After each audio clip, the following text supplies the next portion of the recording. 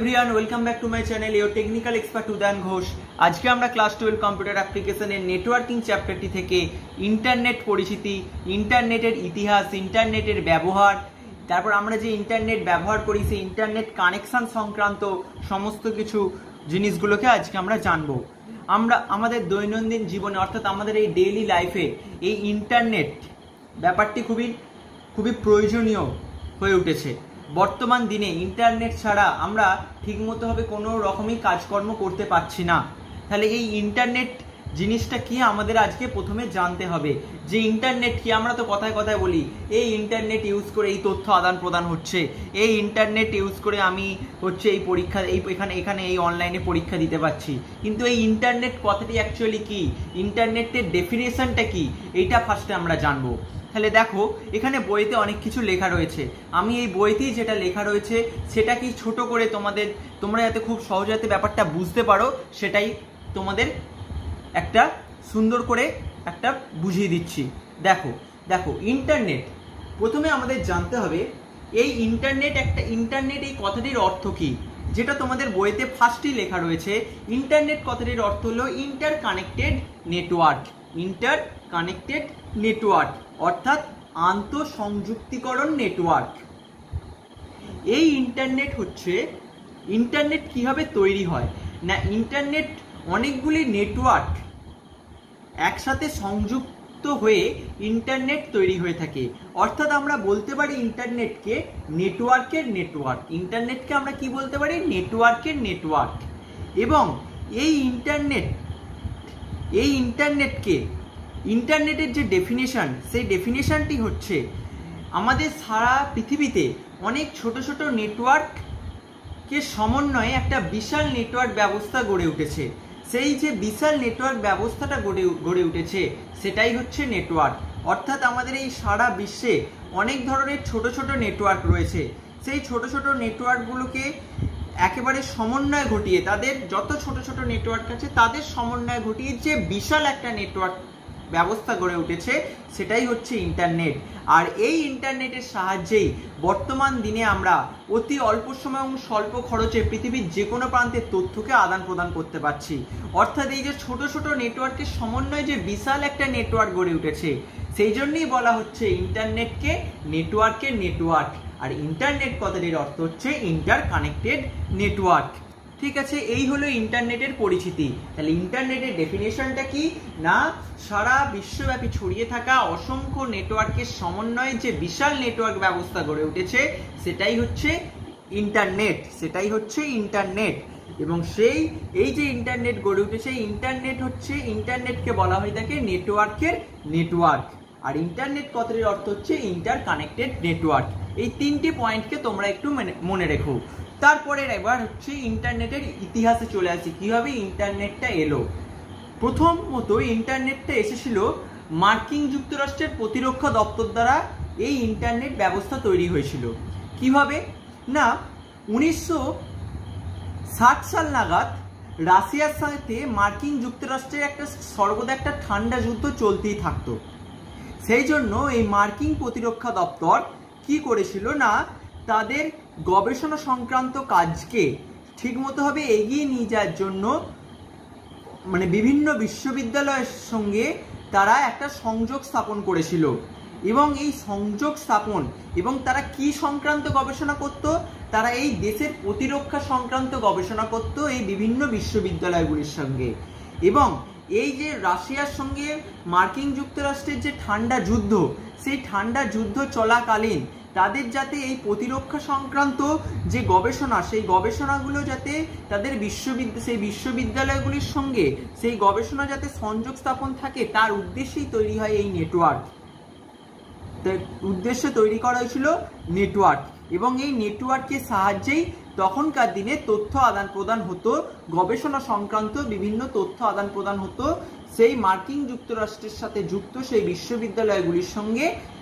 তাদের তথ্য আদান ও মার্কিন যুক্তরাষ্ট্রের প্রতিরক্ষা দপ্তরের তথ্য আদান প্রদান হতো। তারপর আস্তে আস্তে সেখান থেকেই সেই নেটওয়ার্ক থেকেই ইন্টারনেট ব্যবস্থার উদ্ভব হয়েছিল 1969 সালে। এবং প্রথম মার্কিন যুক্তরাষ্ট্র মার্কিন প্রতিরক্ষা দপ্তর প্রথম যে নেটওয়ার্ক তৈরি করেছিল সেই নেটওয়ার্কের নাম দিয়েছিল আরপানেট, এবং সেই আরপানেটের সম্পূর্ণ নাম হচ্ছে advanced research project agency network. দেখো তোমাদের বইতে লেখা রয়েছে এখানে এই যে আরপানেট, এই আরপানেটের সম্পূর্ণ নাম হলো advanced research project agency network. তাহলে এখান থেকেই এই যে যুদ্ধ থেকে এই যে যুদ্ধের সময় তাদের মধ্যে যাতে তথ্য আদান প্রদান যাতে ঠিকমতো যাতে থাকে, সেখান থেকেই কিন্তু এই নেটওয়ার্ক ব্যবস্থা গড়ে উঠেছিল, এবং পরবর্তীকালে এই নেটওয়ার্ক ব্যবস্থাকে আমেরিকার বিভিন্ন বিশ্ববিদ্যালয়গুলিকে এই নেটওয়ার্কের সাথে যুক্ত হতে অনুমোদন দিয়েছিল, যাতে তারা সেখান থেকে এই নেটওয়ার্ককে ব্যবহার করে তারা বিভিন্ন ধরনের সুবিধাকে ভোগ করতে পারে। সেই নেটওয়ার্কই হচ্ছে বর্তমানের ইন্টারনেট। তাহলে এইভাবে হচ্ছে ইন্টারনেট উদ্ভব হয়েছিল। এরপর আমরা জানবো কি, তাহলে প্রথম আমরা জানলাম ইন্টারনেটের পরিচিতি, তারপর জানলাম ইন্টারনেটের ইতিহাস, এবার আমরা জানবো ইন্টারনেটের ব্যবহার, যেটা আমরা কিন্তু এই বইয়ের যে পয়েন্টগুলো লেখা আছে এটা ছাড়াও আমরা কিন্তু নিজেরাই এখান থেকে বলতে পারবো, কারণ আমরা ইন্টারনেট বর্তমান দিনে আমরা সবাই ব্যবহার করি। সুতরাং ইন্টারনেট আমাদের কি কি কাজে লাগে সেটা আমাদের জন্য বলাটা বা আমাদের জন্য সেটাকে এক্সপ্লেন করাটা খুবই সহজ হবে। কি কি কাজে লাগে না, ইন্টারনেট প্রথমেই আমরা জানি শিক্ষাক্ষেত্রে ইন্টারনেট আমাদের খুবই প্রয়োজনীয়। কিভাবে না, দেখো আমরা যে বিভিন্ন ধরনের গবেষণা মানে বিভিন্ন ধরনের স্টুডেন্টরা যারা হচ্ছে গবেষণামূলক কাজ করছে, সেই গবেষণামূলক কাজকর্মের জন্য বিভিন্ন তথ্যের প্রয়োজন হয়। সেই তথ্যকে সংগ্রহ করতে আমাদের ইন্টারনেটের প্রয়োজন হয়ে থাকে। তাহলে যখন কেউ একজন গবেষণা করে তখন তাকে কি করতে হয়, বিভিন্ন রিসোর্স থেকে তাকে তথ্য জোগাড় করতে হয়। সেই তথ্যগুলো তারা কোথা থেকে পাবে, ইন্টারনেট ইউজ করে তারা সেই তথ্যগুলোকে পেয়ে থাকে। এইটা একটা কাজে লাগে। তারপর কি আর শিক্ষাক্ষেত্রে কি কাজে লাগে না, দেখো বর্তমান দিনে আমরা এই ইন্টারনেটের মাধ্যমে কি করে থাকি না, আমরা ইন্টারনেটের মাধ্যমে অনলাইনে অ্যাডমিশন নিই। বর্তমান দিনে আমাদের আর কোথাও গিয়ে আমাদের আর কোনো কিছুতে অ্যাডমিশন নিতে খুবই কম হয়। আমরা বর্তমান দিনে ইন্টারনেটের সাহায্যেই ফর্ম ফিল আপ করে বিভিন্ন জায়গায় অ্যাডমিশন নিতে পারি, বা বিভিন্ন প্রতিযোগিতামূলক পরীক্ষায় আমরা অনলাইন ফর্ম ফিল আপ করে আমরা সেই প্রতিযোগিতামূলক পরীক্ষায় আমরা বসতে পারি, এবং সেই প্রতিযোগিতামূলক পরীক্ষার ফলাফল কি রয়েছে সেটাও আমরা ইন্টারনেটের সাহায্যে জানতে পারি। হ্যাঁ, বা বিভিন্ন ধরনের আরো কি কি শিক্ষাক্ষেত্রে কি কি কাজে লাগে, মনে করো কোনো স্টুডেন্ট হচ্ছে সে কোনো জায়গায় যে ভর্তি হবে, কোনো কলেজে ভর্তি হবে বা কোনো স্কুলে ভর্তি হবে, সেই কলেজ বা স্কুল সম্বন্ধে সে ইন্টারনেটের সাহায্যে সে তথ্য সংগ্রহ করতে পারে, যে এই কলেজটা কীরকম, এই কলেজের ফ্যাকাল্টি কীরকম, বা এই স্কুলটা কীরকম, এই স্কুলের ফ্যাকাল্টি কীরকম, এই স্কুলে পড়াশোনা কীরকম হয়। বিভিন্ন ইন্টারনেটের সাহায্যে তারা তথ্য সংগ্রহ করে তারা নিজেদের যে তথ্যটা প্রয়োজন সেটা সম্বন্ধে সেটা জেনে নিয়ে তারা বিভিন্ন জায়গায় অ্যাডমিশন নিতে পারে। এইভাবে নানা ক্ষেত্রে আমাদের ইন্টারনেট কাজে লেগে থাকে শিক্ষাক্ষেত্রের ব্যাপারে। এবার হচ্ছে ব্যবসা বাণিজ্য, যেটা আমরা সবাই জানি। কিরকম ব্যবসা বাণিজ্যে কি কাজে লাগে না, আমরা বর্তমান দিনে কি করি, বর্তমান দিনে আমরা যদি আমাদের বেড়াতে যাওয়ার প্রয়োজন হয়, কোনো রেলের টিকিট বা বিমানের টিকিট বা বিভিন্ন কোনো যদি যাত্রাপথের প্রয়োজন হয় রেল বা বিমানের সাহায্যে, আমরা অনলাইনেই কিন্তু রেল আর বিমানের টিকিট অনলাইনেই কিন্তু আমরা বুকিং করতে পারি। বা মনে করো কোনো কিছু হোটেলের রুম বুকিং করতে হবে, সেটাও কিন্তু আমরা অনলাইনের সাহায্যে করতে পারি। অনলাইনের সাহায্যে ইন্টারনেট ব্যবহার করে আমরা করতে পারি। তারপর কি কাজে করতে পারি, ইন্টারনেটের সাহায্যে আমরা ব্যাংকিং ব্যবস্থা অর্থাৎ আমরা টাকা পয়সার লেনদেন করতে পারি ইন্টারনেটের সাহায্যে। তারপর কি করতে পারি না, বিভিন্ন ধরনের বাড়ির যে ইলেকট্রিক বিল, তারপর আমাদের যে বিভিন্ন যে এলআইসি সেই জীবন বীমা বা টেলিফোনের বিল বা বিভিন্ন ধরনের বিলকে আমরা এই ইন্টারনেট ব্যবস্থাকে কাজে লাগিয়ে অনলাইনে সেই বিলকে আমরা জমা দিতে পারি। তারপর ব্যবসা বাণিজ্যের কাজে তো বিভিন্ন ব্যবসা বাণিজ্যের কাজে মনে করো কোনো একটা কোম্পানি তাদের একটা নিজস্ব প্রোডাক্ট তৈরি করেছে, সেই প্রোডাক্টটিকে আমাদের বিভিন্ন যে আমাদের যে সোশ্যাল নেটওয়ার্কিংগুলো আছে সেই সোশ্যাল নেটওয়ার্কিংয়ের মাধ্যমে সেই তাদের যে উৎপাদিত যে প্রোডাক্টগুলো, যে উৎপাদিত যে বস্তুগুলো অ্যাড করার জন্য, মানে মানুষকে জানানোর জন্য এই ইন্টারনেট বা অনলাইনের সাহায্যে সোশ্যাল যে মানে আমাদের যে সোশ্যাল মিডিয়াগুলো আছে সেখানে অ্যাড দিতে পারে, বা আর কি করতে পারে, বা তাদের একটা নিজস্ব ওয়েব পেজ তৈরি করেও সেটার সম্বন্ধে মানুষকে জানাতে পারে তাদের সেই প্রোডাক্টের সাহায্যে। এই হচ্ছে ব্যবসা বাণিজ্যের কাজেও ইন্টারনেটের এই যে গুরুত্ব, এই পয়েন্টগুলোই হচ্ছে। আর আরও বিভিন্ন ধরনের গুরুত্ব রয়েছে, যেমন হচ্ছে ই কমার্স ব্যবস্থার সাহায্যে বিভিন্ন দ্রব্য সামগ্রী কেনাবেচা করা যায়। আমরা বর্তমান দিনে অ্যামাজন, ফ্লিপকার্ট, বিভিন্ন ধরনের এই ধরনের বিভিন্ন ই কমার্স ওয়েবসাইটগুলো থেকে আমরা বিভিন্ন ধরনের দ্রব্য সামগ্রী কেনাবেচা করতে পারছি। তারপর কি, এছাড়া ইন্টারনেট আমাদের বিনোদনে, যেটা হচ্ছে আমরা সবাই বিনোদন, অর্থাৎ কি আমাদের সবারই হচ্ছে, মনে করো আমরা বর্তমান দিনে যে গান শুনি, বা মনে করো বর্তমান দিনে আমরা কিছু সিনেমা দেখতে হবে, আমরা ইন্টারনেটের সাহায্যে দেখতে পারি। বা মনে করো আমরা এই যে হোয়াটসঅ্যাপ ইউজ করে, বা ফেসবুক ইউজ করে, বা ইনস্টাগ্রাম ইউজ করে বিভিন্ন লোকের সাথে কথোপকথন করতে পারি, বা আমাদের নিজস্ব যে ক্রিয়েটিভিটিগুলো আছে সেই ক্রিয়েটিভিটিগুলোকে আমরা তুলে ধরতে পারি। এছাড়াও আমরা বিভিন্ন দিনে হোয়াটসঅ্যাপে ভিডিও কল করতে পারি, বা আমরা হচ্ছে স্কাইপে বিভিন্ন ভিডিও কলিংয়ের মাধ্যমে বিভিন্ন মিটিং করতে পারি, হ্যাঁ, বা এই ধরনের বিভিন্ন ভিডিও কনফারেন্সেও আমাদের এই ইন্টারনেট কাজে লেগে থাকে। এছাড়া নিত্য প্রয়োজনীয় কীরকম না, বর্তমান দিনে আমরা ইমেল করি, বর্তমান দিনে কি আমরা চিঠি লিখে সেই ডাকঘরে গিয়ে চিঠি ফেলে সেই চিঠি আবার তার কাছে যাবে, এই লেন্দি প্রসেসটা কি এখনকার দিনে আর খুব বেশি মানুষ করে না। কি করে না, বর্তমান দিনে মানুষ এখন ইমেল করে দেয়, ইমেলের সাহায্যে তারা তথ্যের আদান প্রদান করে দিচ্ছে, পৃথিবীর এক প্রান্ত থেকে অন্য প্রান্তে তথ্যের আদান প্রদান হয়ে যাচ্ছে ইমেলের সাহায্যে। সেটা কি করে হচ্ছে, এই ইন্টারনেট ব্যবহার করেই হচ্ছে। বা বিভিন্ন প্রকার চাকরির অনুসন্ধানের কাজে লাগছে, বা ইন্টারনেটের সাহায্যে আমরা সোশ্যাল নেটওয়ার্কের মাধ্যমে নিজস্ব মতামতকে জানাতে পারছি, আমাদের যে নিজস্ব মতামত রয়েছে সেটা আমরা সোশ্যাল নেটওয়ার্কিংয়ের মাধ্যমে জানাতে পারছি। এই আমাদের নিত্য প্রয়োজনে কাজে লাগছে। আর তারপর কি, চিকিৎসা ক্ষেত্রে তো ইন্টারনেট খুবই কাজে দিচ্ছে, যেটা কি মানে মনে করো আমরা বর্তমান দিনে কি করছি, কোনো ব্যক্তি মনে করো অসুস্থ, তার পক্ষে হচ্ছে ডাক্তারের কাছে গিয়ে ভিজিট করা সম্ভব নয়। সে এখনকার দিনে যে বিভিন্ন ধরনের অ্যাপ, নিত্য নতুন যে অ্যাপ আছে, বা এই ইন্টারনেট ব্যবস্থাকে সে কাজে লাগিয়ে সে তার নিজের প্রবলেমগুলোকে সে ডাক্তারকে জানাতে পারছে।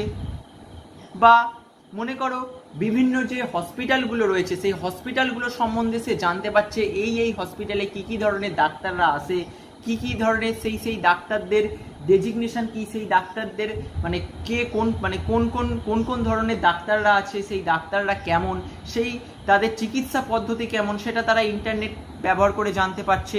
বা বিভিন্ন ওষুধপত্রের গুণগত মান বা সেই ওষুধপত্রের ব্যবহারের পদ্ধতি ইন্টারনেটের সাহায্যে জানা যায়। এছাড়া বিভিন্ন যে জটিল রোগ নিরাময়ের জন্য চিকিৎসকদের ইন্টারনেট মারফত পরামর্শ গ্রহণ করতে পারা যাচ্ছে। এই হচ্ছে চিকিৎসা ক্ষেত্রে ইন্টারনেটের ব্যবহার। তাহলে ইন্টারনেট আমাদের কি কাজে দিচ্ছে সেটা তোমরা বুঝলে। এরপর আমাদের জানতে হবে যে এই যে ইন্টারনেট আমরা যে বলছি, এই ইন্টারনেটকে ইউজ করতে গেলে আমাদের কি প্রয়োজন না, ইন্টারনেটকে আমাদের ব্যবহার করতে গেলে কিছু যন্ত্রপাতি প্রয়োজন। সেই যন্ত্রপাতিগুলো কি? একটি কম্পিউটার সিস্টেম, একটি মডেম, টেলিফোন সংযোগ, প্রয়োজনীয় সফটওয়্যার যেমন যেটা হচ্ছে ওয়েব ব্রাউজার, আর আইএসপি অর্থাৎ ইন্টারনেট সার্ভিস প্রোভাইডার প্রত্যেক প্রদেয় ইউজার নেম আর পাসওয়ার্ড। এই জিনিসগুলো হচ্ছে দরকার ইন্টারনেট ব্যবহার করতে গেলে। ঠিক আছে, এবার এই যে ইন্টারনেট আমরা ব্যবহার যে করব তার জন্য আমাদের ইন্টারনেটের কানেকশান নিতে হবে। সেই ইন্টারনেটের কানেকশানকে আমরা দুই ভাগে ভাগ করি, একটা হচ্ছে ডায়াল আপ কানেকশান আর একটা হচ্ছে লিস্ট লাইন কানেকশান। এই ডায়াল আপ কানেকশান জিনিসটা কি আমরা জানবো। ডায়াল আপ কানেকশান জিনিসটা হচ্ছে যেটা হচ্ছে টেলিফোন লাইনের সাহায্যে যে ইন্টারনেট সংযোগ স্থাপন করা হয়ে থাকে তাকে ডায়াল আপ কানেকশান বলে। অর্থাৎ এখানে টেলিফোন লাইনের সাহায্যে ইন্টারনেট সংযোগ স্থাপন করা হয়।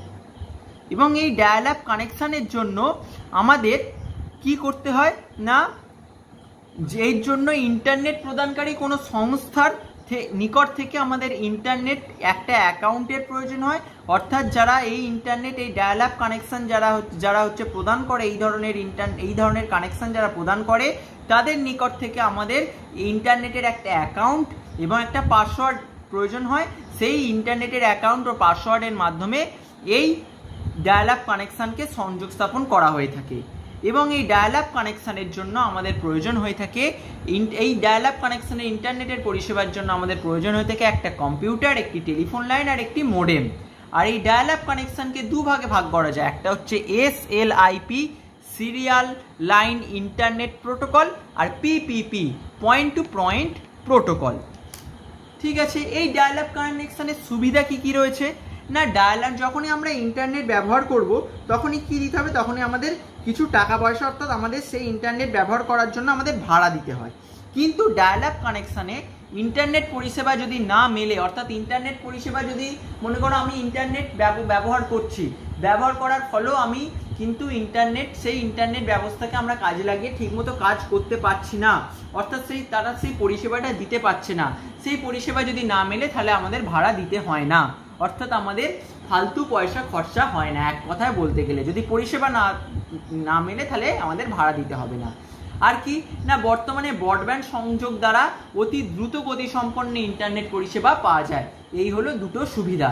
আর অসুবিধা কি, ডায়াল আপ কানেকশনে ইন্টারনেটের গতি প্রকৃতি খুবই কম, অর্থাৎ গতিটা ধীর প্রকৃতির। টেলিফোন লাইনের মাধ্যমে তথ্য আদান প্রদানের হার কম হওয়ায় ভালোভাবে ইন্টারনেট ব্যবহার করা যায় না। আর একই সঙ্গে টেলিফোনে কথা বলা আর ইন্টারনেট সংযোগ করা যায় না, অর্থাৎ নিরবিচ্ছিন্ন পরিষেবা দিতে অর্থাৎ সমর্থ নয়। ঠিক আছে, এই হলো ডায়াল আপ কানেকশনের অসুবিধা। এখানে কি লিখেছে দেখো, ডায়াল আপ কানেকশনে ইন্টারনেটের গতি ধীর প্রকৃতির হওয়ায় আজকাল ব্রডব্যান্ড লাইন কেবল লাইনের মাধ্যমে দ্রুত গতি সম্পন্ন ইন্টারনেট পরিষেবা পাওয়া সম্ভব হচ্ছে, যেটা আমরা সবাই জানি। ব্রডব্যান্ড লাইন বা কেবল লাইনের সাহায্যে আমরা দ্রুত গতি সম্পন্ন ইন্টারনেট ব্যবস্থা পাচ্ছি। আর কি, আর আছে হচ্ছে leased line connection. Leased line connection কি, অর্থাৎ এখানে কি করা হয়, এখানে আমরা কোনো অর্থাৎ এই আইএসপি, যখন কোনো আইএসপি অর্থাৎ যারা আইএসপি কি, আইএসপি হচ্ছে ইন্টারনেট সার্ভিস প্রোভাইডার, যারা এই ইন্টারনেটকে প্রোভাইড করে থাকে। ঠিক আছে, যাদের কাছ থেকে ইন্টারনেটের পরিষেবা নেওয়া হয়ে থাকে তাদের বলা হয়ে থাকে ইন্টারনেট সার্ভিস প্রোভাইডার বা আইএসপি। যখন কোনো আইএসপির নিকট থেকে সরাসরি কেবল বা তারের সাহায্যে ভাড়ার মাধ্যমে ইন্টারনেট কানেকশন নেওয়া হয় তাকে লিজড লাইন কানেকশন বলে। অর্থাৎ লিজড লাইন কানেকশনে আমরা কি করি, আইএসপির নিকট থেকে সরাসরি কেবল বা তারের সাহায্যে ভাড়ার মাধ্যমে আমরা এই কানেকশন নিয়ে থাকি, একে বলা হয় থাকে লিজড লাইন কানেকশন। এই লিজড লাইন কানেকশনগুলো কোথায় ব্যবহার করা হয়, বিভিন্ন সরকারি সংস্থা, তারপর হচ্ছে বিভিন্ন আইটি সেক্টর বা কর্পোরেট সেক্টরে, যেখানে আমাদের দ্রুত গতিতে তথ্য পরিবহনের প্রয়োজন হয়ে থাকে, সেই সমস্ত জায়গাতে লিজড লাইন কানেকশন ব্যবহার করা হয়ে থাকে। লিজড লাইন হলো এক ধরনের স্থায়ী সংযোগ ব্যবস্থা। কোনো আইএসপির মারফত একটা বাৎসরিক একটা নির্দিষ্ট ভাড়ায় এই লাইন নিতে হয়। এই ব্যবস্থার প্রধান বৈশিষ্ট্য হলো যিনি বা যে সংস্থার লিস্ট নিচ্ছেন শুধুমাত্র তিনি বা সেই সংস্থা এই লাইন ব্যবহার করতে পারবে, অর্থাৎ যে এই লিস্টটা নিচ্ছে সেই কিন্তু এই কানেকশনকে ব্যবহার করে তার কাজকর্মকে করতে পারবে। এই হচ্ছে লিজড লাইন কানেকশনের ব্যাপার, মানে কনসেপ্টটা, অর্থাৎ যে কানেকশন নেবে সেই কিন্তু এটাকে ব্যবহার করে তার কাজকর্মকে সে করতে পারবে। ঠিক আছে, এবার এই লিজড লাইন কানেকশনের সুবিধা কি কি আছে না, এখানে হচ্ছে দ্রুত গতি সম্পন্ন ইন্টারনেট পরিষেবা পাওয়া যাবে। ডায়াল আপ কানেকশনের তথ্য বা ডেটা স্থানান্তরের হারও অনেক বেশি। কত বলেছে দেখো, 1.5 MBPS থেকে 43 MBPS পর্যন্ত। তারপর এই সংযোগের মাধ্যমে নিরবিচ্ছিন্ন পরিষেবা পাওয়া যায়। নিরবিচ্ছিন্ন পরিষেবা অর্থাৎ টেলিফোনে কথা বলা আর ইন্টারনেট দুটি একসঙ্গে ব্যবহার করা যেতে পারে। আর অসুবিধা বলতে ডায়াল আপ কানেকশনের তুলনায় এই কানেকশনের খরচ তুলনামূলকভাবে অনেক বেশি হয়। ইন্টারনেট ব্যবহার না করলেও প্রতি মাসে বাৎসরিক বা একটা মাসে তাদের একটা ভাড়া দিতে হয়। লিজের মেয়াদ শেষ হলে পুনরায় আবার সেটাকে নবীকরণ করতে হয়, রিনিউ করতে হয়। আর এই লাইনে শুধুমাত্র নির্দিষ্ট গ্রাহকই ব্যবহার করতে পারে। এই হচ্ছে লিজড লাইন কানেকশনের অসুবিধা। তাহলে ডায়াল আপ আর লিজড লাইন কানেকশনের একটা বেসিক একটা পার্থক্য, যেটা তোমরা আগেই আশা করি বুঝতে পেরে গেছো কি না, এখানে হচ্ছে সাধারণ বাড়ির টেলিফোন লাইন থেকে ডায়াল আপ কানেকশনের ক্ষেত্রে আমরা ইন্টারনেটে সংযোগ স্থাপন করতে পারি। কিন্তু লিজ লাইনের ক্ষেত্রে কি হয় না, লিজ লাইনের ক্ষেত্রে যারা ইন্টারনেট প্রোভাইডার সেই তাদের কাছ থেকে আমাদের ভাড়া করা টেলিফোন লাইনের মাধ্যমে সংযোগ স্থাপন করতে হয়। ঠিক আছে, দ্বিতীয় পয়েন্ট কি না, দ্বিতীয় পয়েন্ট আমরা সবাই জানি যে ডায়াল আপ কানেকশনে ইন্টারনেটের স্পিড অর্থাৎ ইন্টারনেট হচ্ছে ধীর গতির হয়, ইন্টারনেটের স্পিড বেশি থাকে না। কিন্তু লিজ লাইন কানেকশনের ক্ষেত্রে ইন্টারনেটের গতি অর্থাৎ ইন্টারনেট দ্রুত গতি সম্পন্ন হয়। তারপর এখানে কি এখানে আমরা হচ্ছে ডায়াল আপ কানেকশনে আমরা একই সাথে টেলিফোন লাইন এবং ইন্টারনেটকে একই সাথে ব্যবহার করতে পারি না, কিন্তু লিজ লাইন কানেকশনের ক্ষেত্রে আমরা টেলিফোন লাইন আর ইন্টারনেট দুটোই একই সাথে ব্যবহার করতে পারি। তারপর কি না, এখানে ডায়াল আপ কানেকশনে আমরা যদি এর কানেকশন অর্থাৎ আমরা যদি এটাকে ব্যবহার না করে থাকি তাহলে আমাদের ভাড়া দিতে হয় না। কিন্তু লিজ লাইন কানেকশনে আমরা যদি সেই লাইন যদি আমাদের সেই কানেকশন যদি আমাদের থেকে থাকে, সেই কানেকশন থেকে থাকলে আমরা যদি ব্যবহার করি বা না করি আমাদের ভাড়া দিতেই হবে, অর্থাৎ ব্যবহার করলেও দিতে হবে, ব্যবহার না করলেও ভাড়া দিতে হবে। এই হচ্ছে ডায়াল আপ কানেকশন আর লিজ লাইন কানেকশনের মধ্যে পার্থক্য। ঠিক আছে, এরপর এই যে দেখো অনেকক্ষণ ধরে আমি যে কথাটা বলছি আইএসপি অর্থাৎ ইন্টারনেট সার্ভিস প্রোভাইডার। ব্যাপারটা কি না, যে সকল সংস্থায় এই ইন্টারনেট পরিষেবাকে প্রদান করে তাদের কি বলা হয়ে থাকে, আইএসপি ইন্টারনেট সার্ভিস প্রোভাইডার। এই ইন্টারনেট সার্ভিস প্রোভাইডার ব্যবহার করে কি হয় না, সারা দেশে সুষ্ঠুভাবে ইন্টারনেট পরিষেবাকে প্রদান করা যায়। সারা দেশে আমরা সুষ্ঠুভাবে ইন্টারনেট পরিষেবাকে প্রদান করতে পারি এই আইএসপির মারফত অর্থাৎ ইন্টারনেট সার্ভিস প্রোভাইডারের দ্বারা।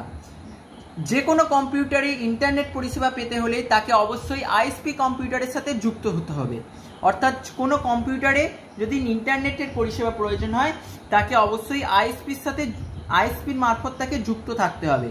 আর অন্যদিকে আইএসপির কম্পিউটারগুলি সর্বদা গ্লোবাল ইন্টারনেটের সঙ্গে যুক্ত থাকে, যে গ্লোবাল ইন্টারনেট সেই গ্লোবাল ইন্টারনেটের সাহায্যে যুক্ত থাকে।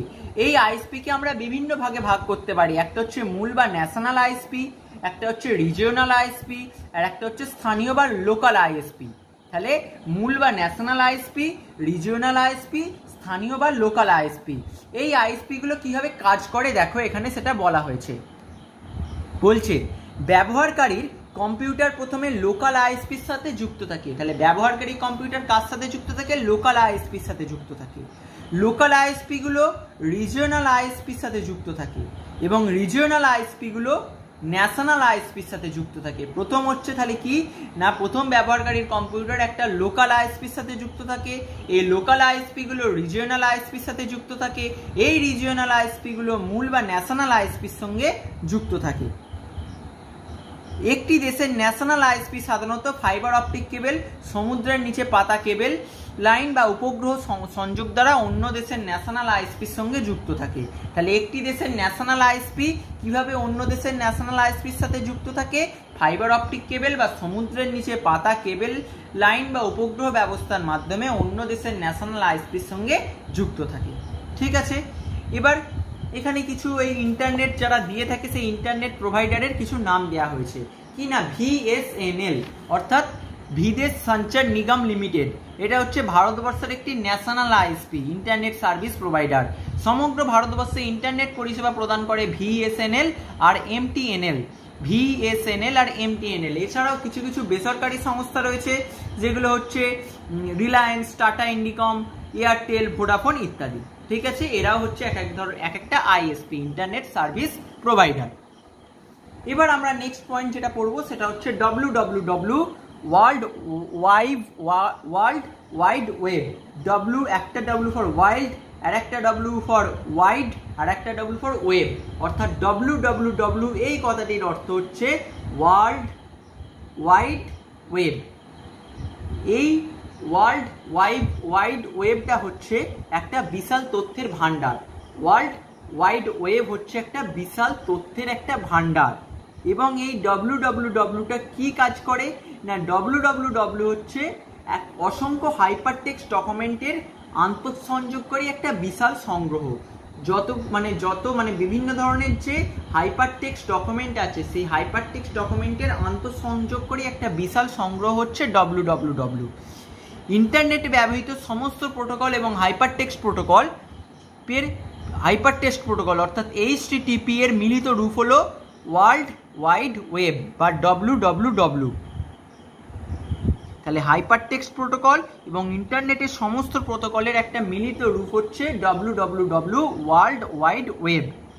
এই ওয়ার্ল্ড ওয়াইড ওয়েবটা হচ্ছে একটা অরৈখিক প্রকৃতির অর্থাৎ নন লিনিয়ার, এবং বর্তমানে ইন্টারনেট বলতে এই www কি বোঝানো হয়, এবং এই www সাহায্যে অর্থাৎ এই ওয়ার্ল্ড ওয়াইড ওয়েবের সাহায্যে আমরা কি করতে পারি, আমরা ওয়েব ডকুমেন্টের একটা লিঙ্ক থেকে অন্যান্য ডকুমেন্টকে আমরা ওপেন করতে পারি, ঠিক আছে।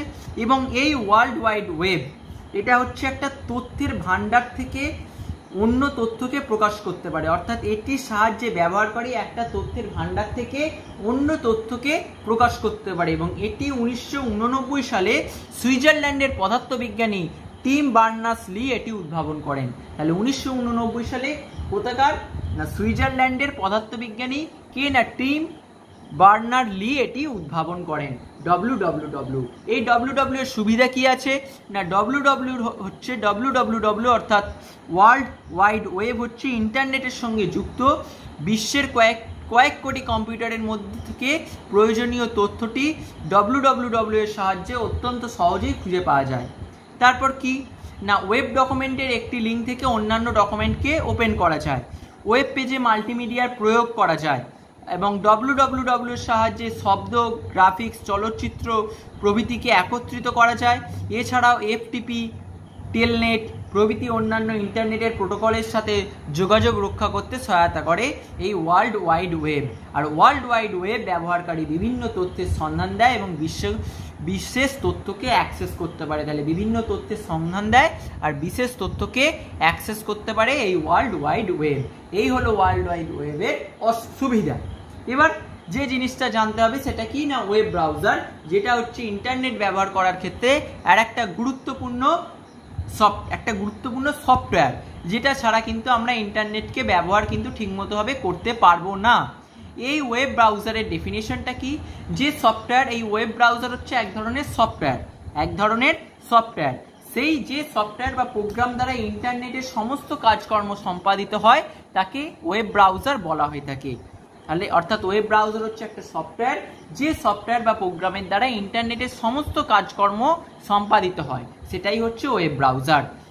এবং এই ওয়েব ব্রাউজারের মাধ্যমে হাইপার লিঙ্কের সাহায্যে এক ওয়েব পেজ থেকে অন্য ওয়েব পেজে বিচরণ করার পদ্ধতিকে বলা হয়ে থাকে ওয়েব ব্রাউজিং। তাহলে এই ওয়েব ব্রাউজারের সাহায্যে একটা ওয়েব পেজ ওপেন করে সেই ওয়েব পেজ থেকে আমরা আবারও অন্য ওয়েব পেজ আমরা ওপেন করতে পারি। এই যে একটা ওয়েব পেজ থেকে অন্য একটা ওয়েব পেজে বিচরণ করার যে পদ্ধতি সেটা হচ্ছে ওয়েব ব্রাউজিং। বিভিন্ন ধরনের ওয়েব ব্রাউজিংকে নেট সাফারিংও বলা হয়ে থাকে। এছাড়া ওয়েব ব্রাউজিংকে আবার নেট সাফারিংও বলা হয়ে থাকে। কয়েকটি গুরুত্বপূর্ণ ওয়েব ব্রাউজারের নাম হচ্ছে ইন্টারনেট এক্সপ্লোরার, ক্রোম, অপেরা, ঠিক আছে, তারপর হচ্ছে ফায়ারবক্স, হ্যাঁ, এই ধরনের বিভিন্ন ধরনের ওয়েব ব্রাউজার রয়েছে। এই ওয়েব ব্রাউজারের কাজ কি না ওয়েব ব্রাউজারের কাজ হচ্ছে